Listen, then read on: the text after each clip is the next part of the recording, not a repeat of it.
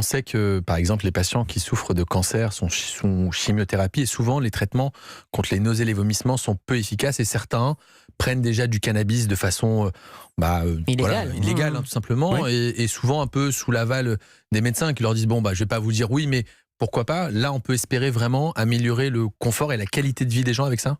Alors, il y a des études récentes qui sont sorties qui sont également assez décevantes.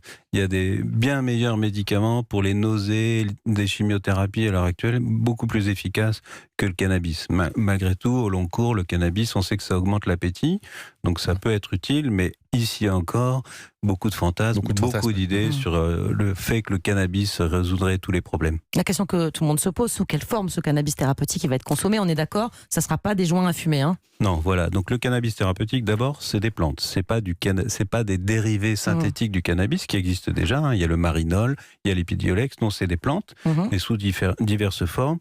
Des résines, des infusions, du vapotage, des gélules, du beurre, enfin toutes sortes des crèmes. Des crèmes, toutes sortes de préparations qui vont être proposées par les spécialistes avec différents dosages, puisqu'on sait que dans le cannabis, il y a 2 grands composés importants.